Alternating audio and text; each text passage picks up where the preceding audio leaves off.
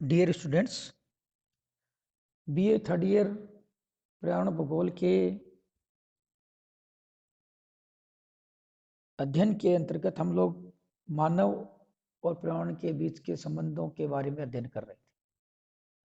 मानव पर्यावरण के संबंधों के अध्ययन के बीच में हमने पहले बात की थी कि पुरातन काल में या प्रागैतिहासिक काल से और वर्तमान समय तक मानव और पर्यावरण के बीच में संबंध किस प्रकार रहे,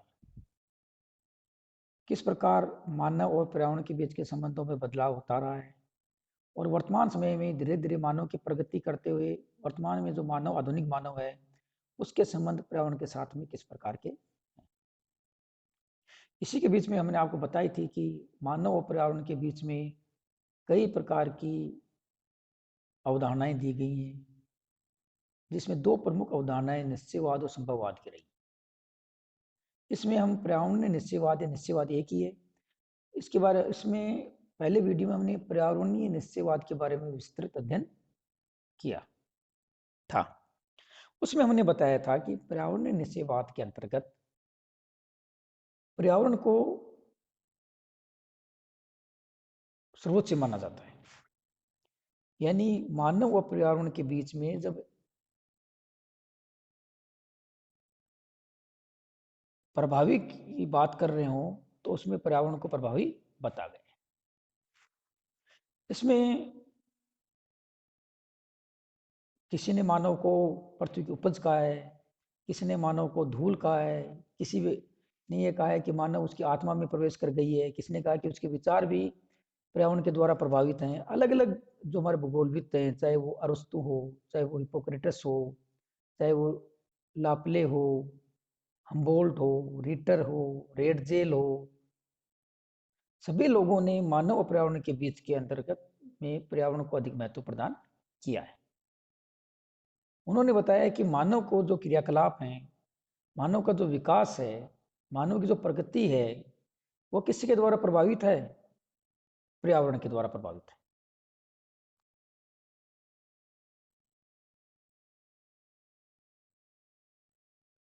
एलन चर्चिल सैमुअल ने मानव को इस धरातल की उपज बताया है। पर्यावरण निश्चयवाद का जो सर्वोच्च स्तर है वो रेडजल महोदय के द्वारा क्या दिया गया। इस विचारधारा का जो प्रारंभ हुआ वो जर्मनी में हुआ और इसको सर्वाधिक कट्टरता जो रही है, पर्यावरण निश्चयवाद के जो सर्वाधिक कट्टर समर्थक रही हैं वो एक अमेरिकन रही है, एलन चर्चिल सैमुअल, जो कि रेडजल की शिष्या रही है। तो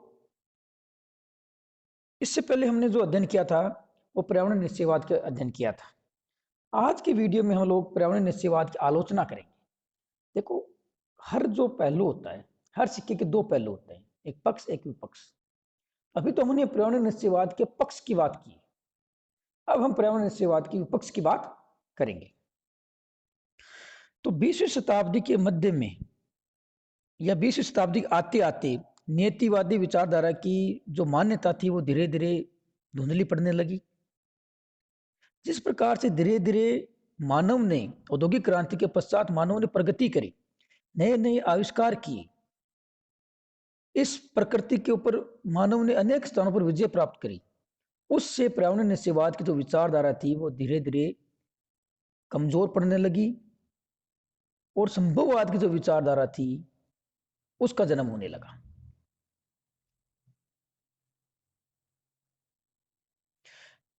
तो 20वीं शताब्दी के प्रारंभ में जो पर्यावरण निश्चयवाद कट्टर समर्थक रहे, रेडजेल और सैमुअल, उन्होंने भी यह स्वीकार कर लिया कि पर्यावरण का मानव पर पूर्णतः नियंत्रण नहीं है, बल्कि वो प्रभाव है। नियंत्रण और प्रभाव में देखो फर्क है। नियंत्रण के अंदर आप एक रिमोट की तरह कार्य करते हो, जो आपको निर्देश दिया गया आपको वही काम करना है। प्रभाव के अंदर आप उससे प्रभावित होते हो, लेकिन अपने मनोस्थिति के आधार पर आप अपने हिसाब से फैसला ले सकते हो। आप गुलाम नहीं हो। प्रभाव के अंदर आप गुलाम नहीं हो, आप किसी से प्रेरित हो सकते हो, लेकिन आप उसके गुलाम नहीं हो। कंट्रोलर में जब आप उसके गुलाम होते हो, आपको निर्देश मिलते हैं और आप उसके अकॉर्डिंग कार्य करते हो। तो इन दोनों प्रभाव और नियंत्रण में कुछ फर्क है। समान भौगोलिक दशाओं वाले पर्यावरण में मानव की भिन्न भिन्न भूमिका से विभिन्न लक्षणों वाली संस्कृति विकसित होती है। उदाहरण के लिए टंड्रा प्रदेश के समान भौतिक दिशाओं में उत्तरी कनाडा तथा साइबेरिया में स्थित है, लेकिन इन क्षेत्र के निवासियों, यानी उदाहरण बताया गया है कि किसी दो स्थानों पर यदि एक जैसी जलवायु स्थिति है तो भी उनकी संस्कृति अलग अलग प्रकार से विकास होता है। यदि उन संस्कृति का यदि अलग अलग से विकास न हो और एक जैसा विकास हो तो हम मान सकते हैं कि वहां पर पर्यावरण का प्रभाव पड़ा है, लेकिन पर्यावरण तो एक समान है, तो वहां लोगों की संस्कृति भी समान होनी चाहिए। जैसे एक उदाहरण बताया गया कि कनाडा और जो आपका आसपास का क्षेत्र है, ग्रीनलैंड का क्षेत्र है, वहां पर और उत्तरी ध्रुवीय यूरोपीय क्षेत्रों के अंदर समान पर्यावरणीय दशाएं पाई जाती हैं। उन क्षेत्रों में हमेशा से बर्फ गिर 24 घंटे और 12 महीने बर्फ गिरती रहती है। बड़ी कठोरतम पर्यावरणीय दशाएं पाई जाती हैं। वनस्पति का लगभग अभाव पाया जाता है। लेकिन उन दोनों क्षेत्रों में निवास करने वाले व्यक्ति या मनुष्य, इधर कनाडा और ग्रीनलैंड के अंदर एस्किमोज निवास करते हैं और उधर उत्तरी ध्रुवीय प्रदेश का जो यूरोपीय क्षेत्र है उसमें जो आपके युकाघिर हैं, लेप्स हैं, चुकची हैं, सोमेट्स हैं आदि की जो मनुष्य हैं उनकी संस्कृति में बड़ा फर्क पाया जाता है, जबकि उनकी पर्यावरणीय दशाएं बिल्कुल क्या होती हैं, समान होती। तो पर्यावरण ही यदि नियंत्रण करता हो, कंट्रोलर हो, तो दोनों क्षेत्रों की जो संस्कृति है वो क्या होनी चाहिए, आपके समान होनी चाहिए।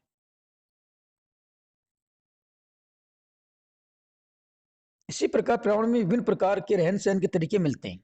प्रसिद्ध जर्मन दार्शनिक हिगल ने कहा था कि मेरे सामने भौगोलिक नियतिवाद की बातें मत करो, क्योंकि जिस स्थान पर पूर्व में यूनानी लोग रहते थे वहां पर वर्तमान में तुर्क लोग रहते हैं, तो ये बात नियतिवाद का खंडन करती है। यानी ये एक तरीके से पुराने समय में जो आक्रमण हो रहे थे और नए नए क्षेत्र को कब्जाने की होड़ चल रही थी उसके बारे में बात कर रहे हैं कि जिस क्षेत्र पर कभी यूनानी लोगों का वर्चस्व था वहां पर आप किसका वर्चस्व है, तुर्क लोगों का।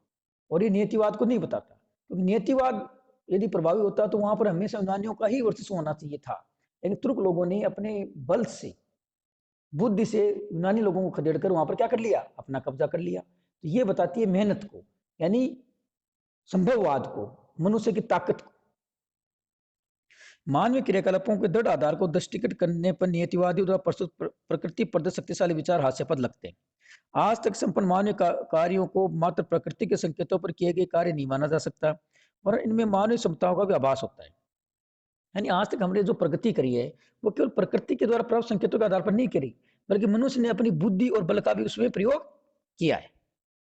रूसी वैज्ञानिकों ने उत्तरी सीमा पर उच्च अक्षांशों में गेहूं उगा दिया, उर्वरकों का प्रयोग करके प्रति एकड़ उपज दर में वृद्धि कर ली है।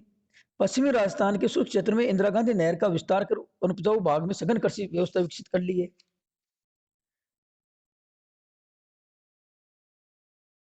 इन सब उदाहरणों के आधार पर स्वयं जो कट्टर नीतिवादी लोग हैं उन्होंने भी मनुष्य की जो प्रभुत्व है उसका अस्वीकार नहीं किया।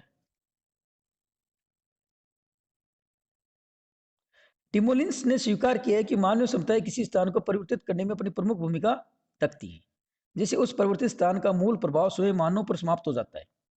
किरचाफ ने प्रकृति और पर्यावरण के मध्य संबंध तक किसी स्थान पर मानव उन्नति की तरफ उन्मुख होती दौड़ से प्रभावित होकर कहा कि मानव ऐसी मशीन नहीं है जिसकी समय की कोई अभिलाषा है। उसके जन्म स्थान की परिस्थितियां यदा कदा उसे एक नियंत्रित एवं उदासीनता के लिए हुए शिष्य के सदस्य पाती। यानी डिमोलिस महोदय ने बताया कि किसी भी स्थान के अंदर जो परिस्थितियां बदलती हैं उसमें मानव अपनी प्रमुख स्थान निभाता है, यानी उसका प्रमुख केंद्र बिंदु कौन होता है, मानव होता है। इसी प्रकार किरचाफ महोदय ने बताया है कि मानव ऐसी मशीन नहीं है जिसकी स्वयं की कोई अभिलाषा है। वो कह रहा है किसी स्थान के जन्म स्थान यानी वहां की प्रकृति जो है वो कभी कभी उसे अधीनता उदासीनता के लिए प्रेरित कर सकती है, लेकिन फिर भी हमेशा के लिए उसे अधीनता उदासीनता के लिए प्रेरित नहीं कर सकती। मानव अपने बल और बुद्धि के द्वारा उस अधीनता और उदासीनता से क्या हो सकता है, मुक्त हो सकता है।